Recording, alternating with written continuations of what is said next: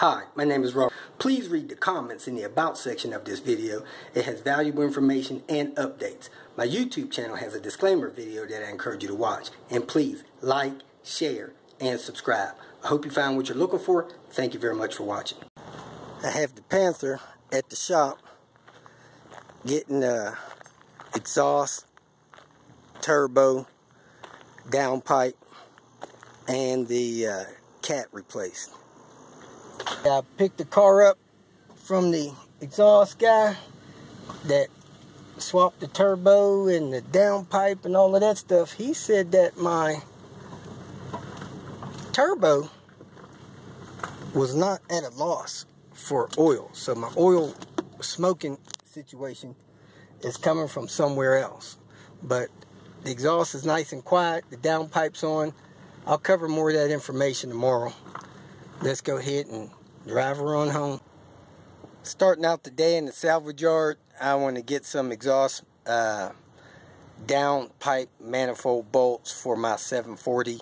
I also want to pull a cluster and put it somewhere in case my cluster is defective. My gas gauge mainly is a problem. It floats around. Occasionally the speedometer and odometer doesn't work.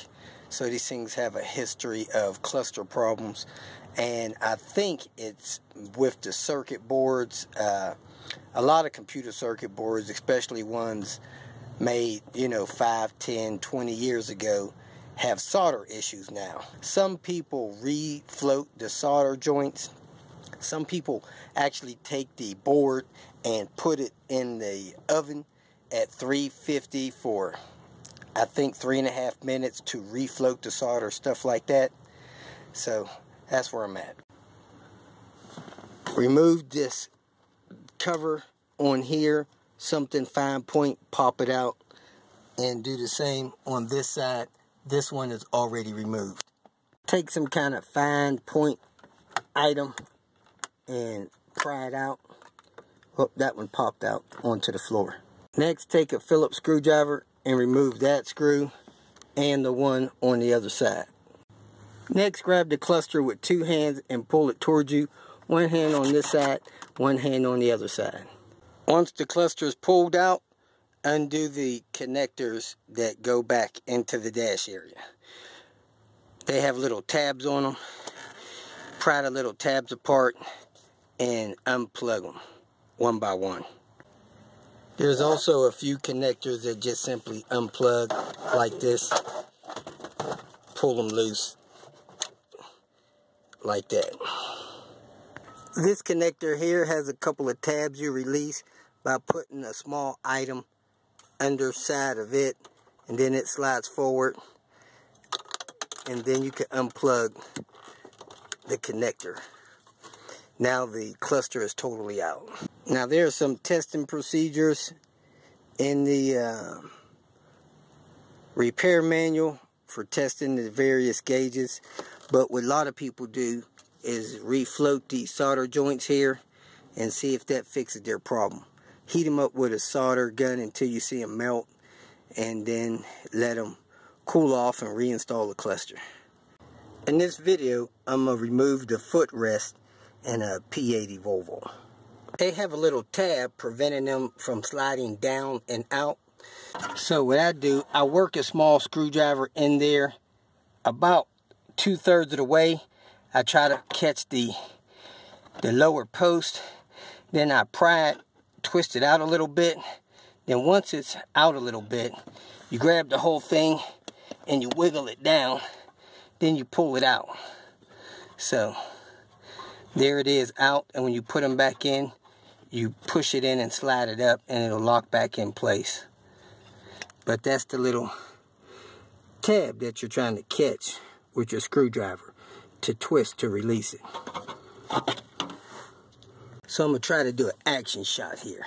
Take the screwdriver, put it in there until I catch the bottom of it.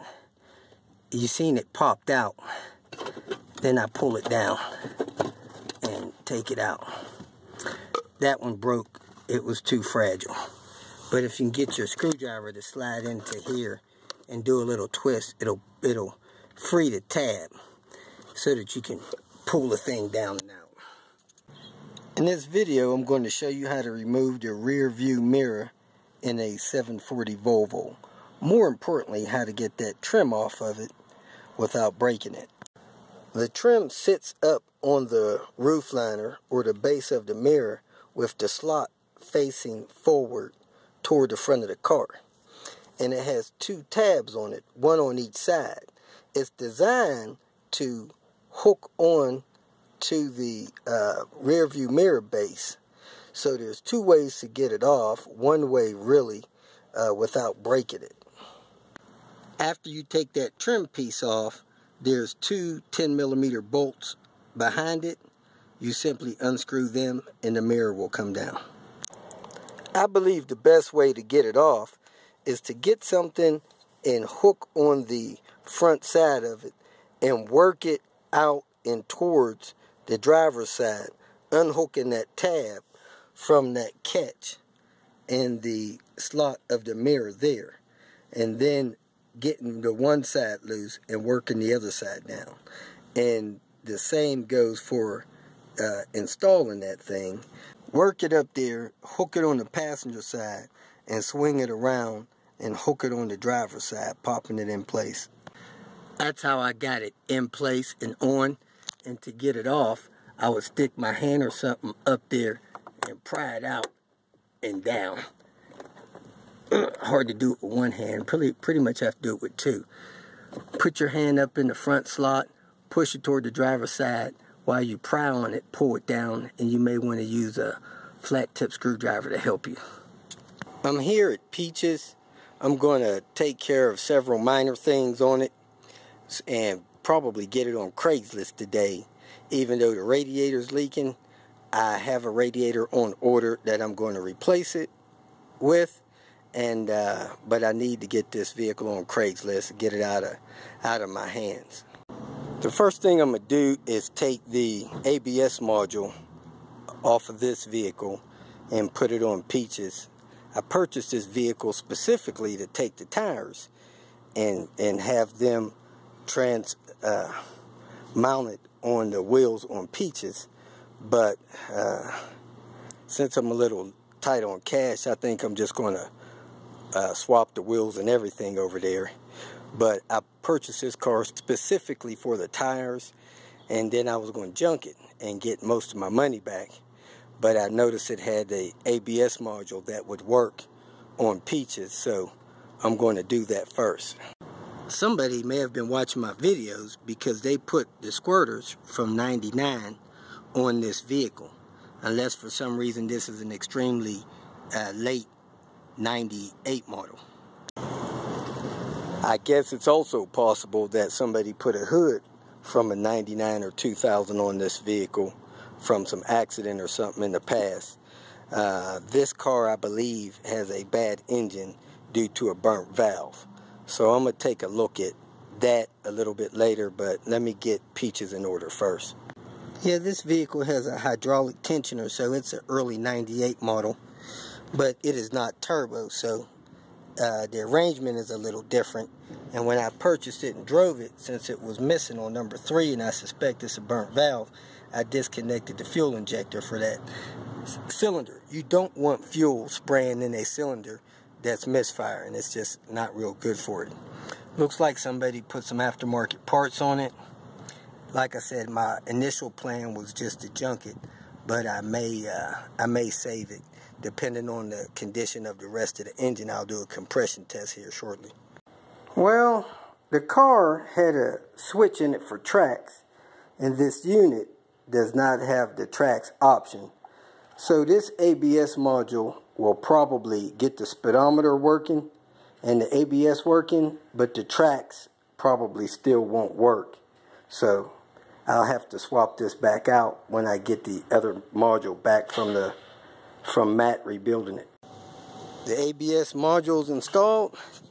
Next, I'm going to repair the rear view mirror. Strange thing on this vehicle, something I've never seen before, the rear view mirror was actually loose. So I took it down, took a look at it, and I found it was missing a screw. So I went to the junkyard got a screw for it, and I'm going to show you how to put this back together. The rear view mirror has a bracket and a large screw there, and the base part of it has a couple of screws, and on the other side of that it has a couple of pins that go across it to secure it to the roof of the car. So here are the pins, and one of them had a missing screw, so it wasn't secured in there properly. Okay, so having all the pieces here, let me go ahead and show you how this jigsaw goes in place.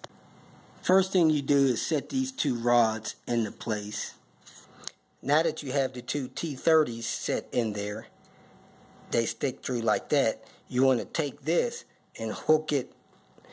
You want to take this piece and mount it to the base of the mirror. That mirror has those two dimples on it there, which match to those two indentions there. So set that on there like that. Now those screws are stuck in that assembly there. Now let me set these two rods back in place here. With that together like that, you want to take this large screw here and screw it into the base of the mirror.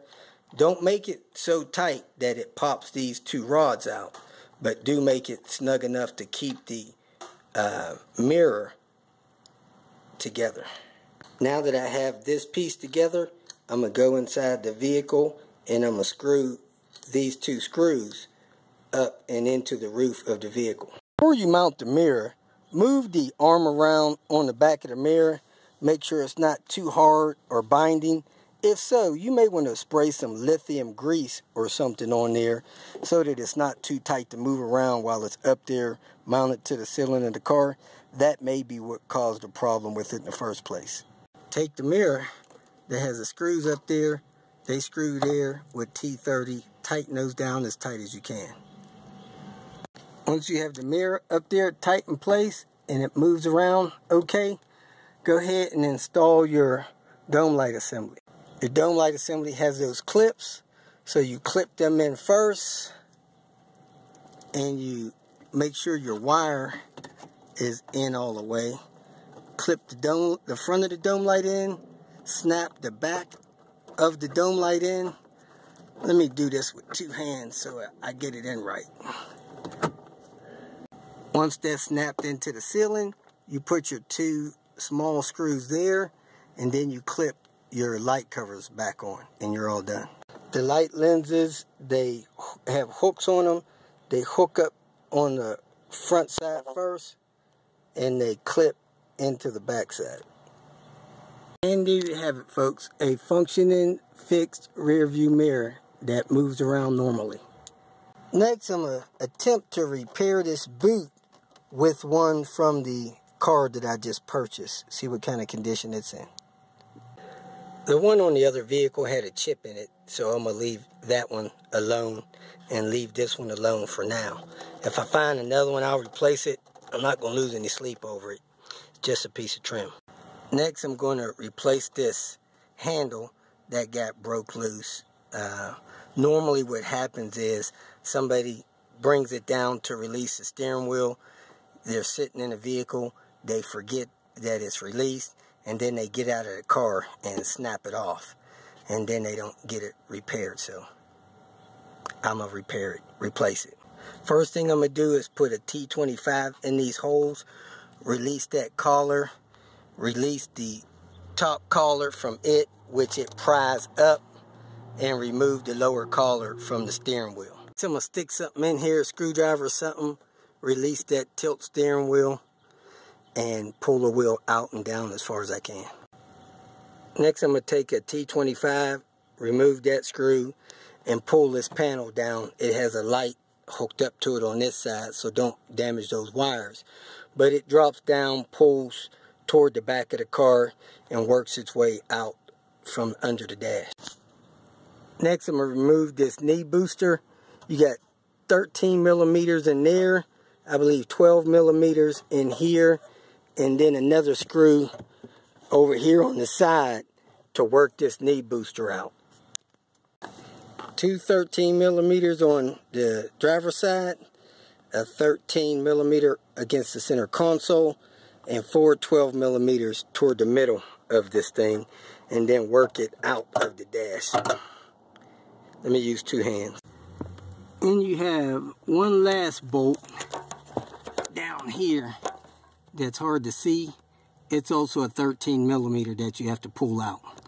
A total of 4 nuts and 4 bolts.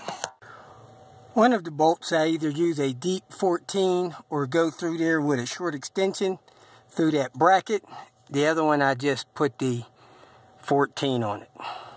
With the forward bolt loose and the rear bolt totally out, I'm able to maneuver the column to where I can actually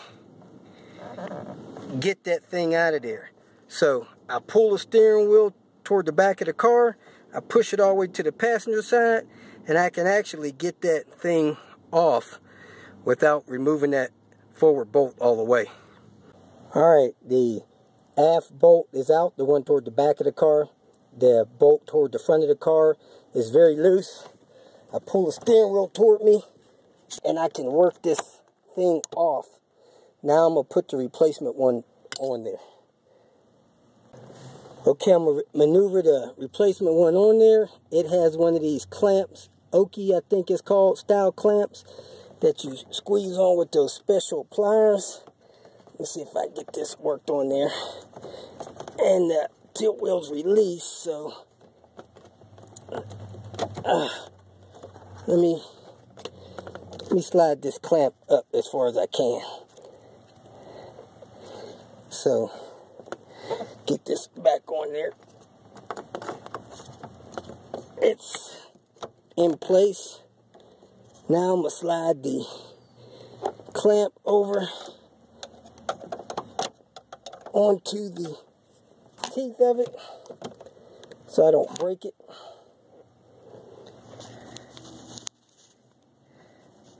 Then I'm going to tighten the clamp down some.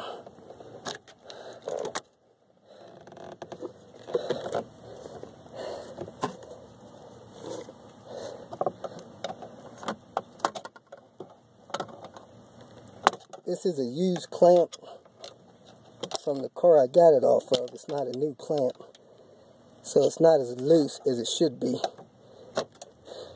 Oop, went a little too far with it. Let me get it back over the threads where it should be.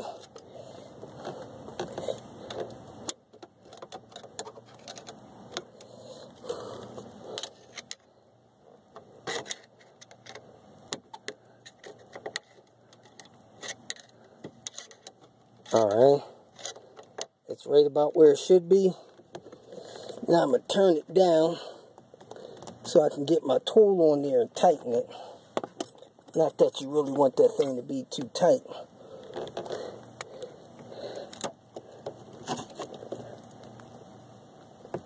Alright, it's snug. So now I got it on and in place.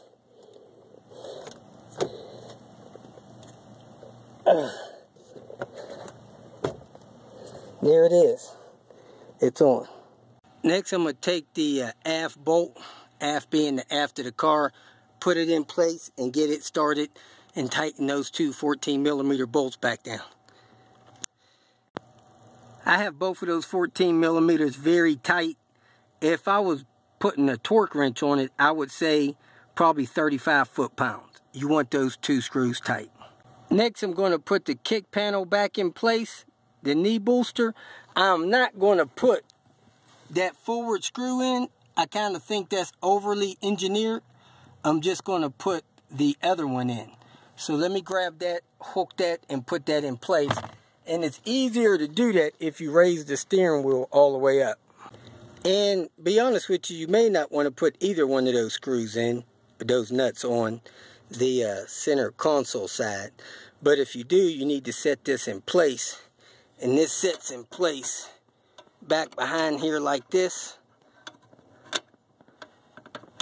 And you get both of the studs pointing out. And then you set that knee bolster in there and hook it on there. So decide whether or not you're going to use that or not. I don't think it's necessary, but you may. Since I'm not putting this on, I'm going to toss it in the glove box. There is a chance of not putting that bracket and screws in that there may be some minor vibrations at certain times of the car's functioning. Next, I'm going to put this lower panel back in place. It has a couple of guides on it. When you take the panel, this end goes in a guide, and that end down there goes in a guide, and that white piece on the heater core is the guide for the passenger side, and right here by the hood release is the guide for the driver's side. And then you lift it up, hook your two hooks in place, that hook and the one on the other side hook into your dash slots. Try not to break that stuff. Then you put your one screw back in the middle. Don't tighten it too tight that you break the plastic. Next, you put your lower collar in place. You don't tighten those lower screws down too much or you'll shatter those mounts on it. Put it in place, snug those 3 screws in there. Next, you hook the top of the collar in and snap it in place. It has a couple of guides down on the bottom, and it's got these 2 snaps up here up front. So do it with care because you don't want to break those plastic snaps and guides and clips. Make sure your rubber boots are properly positioned. Guide that top panel down, snap it in place, and you're all done. You fixed the tilt steering wheel grip for your 70 series car. Not sure why a lot of people don't know this, but these cars have tilt and telescoping steering wheels. The steering wheel goes up and down, and they go in and out. And I got the handle repaired. Now the steering wheel is where I want it, and it's locked in place. Next, I'm going to pull this door panel real quick, or at least pull it away from the door to try to figure out why this handle is tilted backwards instead of straight up and down. Well, it turns out I didn't have to pull a door panel after all. Now all the clips are broke. But anyway, the thing is actually bent. So maybe it got caught on somebody's clothes or something and it bent it. I'm just going to bend it and straighten it back out. Put the door panel back on. Okay, now the knob is straight. Door panel's back on. So next, I'm going to clean the car up, wash it inside and out, clean up the wheels, put it on Craigslist, and replace the radiator in the heater core whenever the radiator comes in. I put the air scoop vent in. I put the ECU vent in. I topped off the coolant with anything because all that's going to be flushed out. And I found the cap for the back side of the headlights, so I put that on. Next, I'm installing new wiper blades, front and rear. If you feel that this information was useful, please like it and share it with your social media friends. You can subscribe to my channel so that you will get notifications of future videos that I post. You can follow me on Twitter, and if you need to contact me directly, please visit my website. And if you have any questions, leave them below, and someone or myself will reply to them. Again, thank you very much for watching.